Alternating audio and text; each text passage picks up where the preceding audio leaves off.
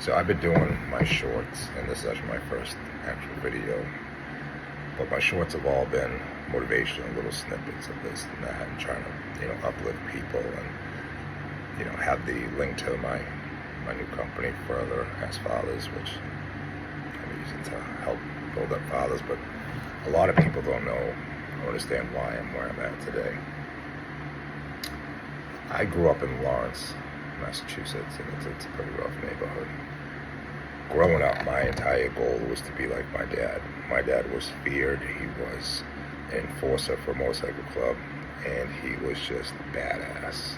Like, he was ruthless. He was a gangster. And growing up, that's all I wanted to be. I just want to be him. I want to be feared. At a very young age, I became that.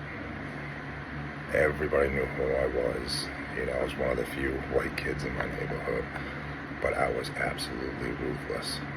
I had no hesitations or reservations. I would just brutally maul somebody, earn my stripes, if you will. But I always had this feeling of emptiness, like I was missing something. When you live in a lifestyle the way I did, one thing that is almost inevitable is addiction and substance abuse.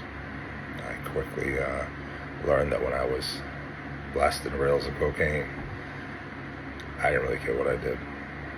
And it showed in my work, I'll tell you that much. But again, I always felt hollow, empty. After many, many years of violence and being completely lost, I realized I needed more. I wanted to be more. I wanted to be a dad. So when I was 25 years old, that's when I said I want to be a dad, and it was the greatest thing in the world. But I didn't fix all of me. I walked away from that lifestyle, but my using and my addiction still had a very hard hold on me. I screwed up, and I screwed up a lot. And finally, after a number of years, I had my rock bottom.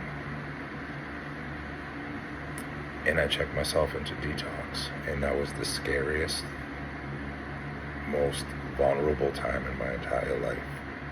Here I am, somebody who was always in charge and demanded respect, wherever he went, and I had to surrender. 3 days into detox, I was shaking so bad from withdrawals that I could not hold the fork. Here I am, a grown man, one of the most ruthless people you ever meet, and I had to be fed. I had to have somebody else feed me because I couldn't hold the fork. I will tell you, that is one of the most humbling experiences I ever had. But I was determined to be the man and the dad that I was meant to be. So I went through my detox, and when I walked out of those doors after some time, it was the first time in my life I was scared. I was clean. I was starting new, and I was beginning life all over again. But I prayed, and I prayed hard. And through the grace of God, I have been able to create a life that I'm pretty proud of right now.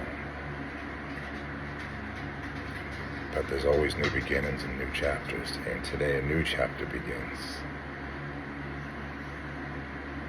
And I'm scared, and I'm nervous. But I know when I wake up, God's going to be with me. When I go to sleep, God's going to be with me. I really hope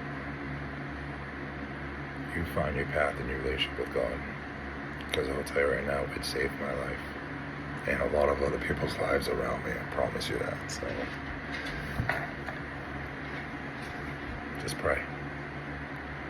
May God bless you.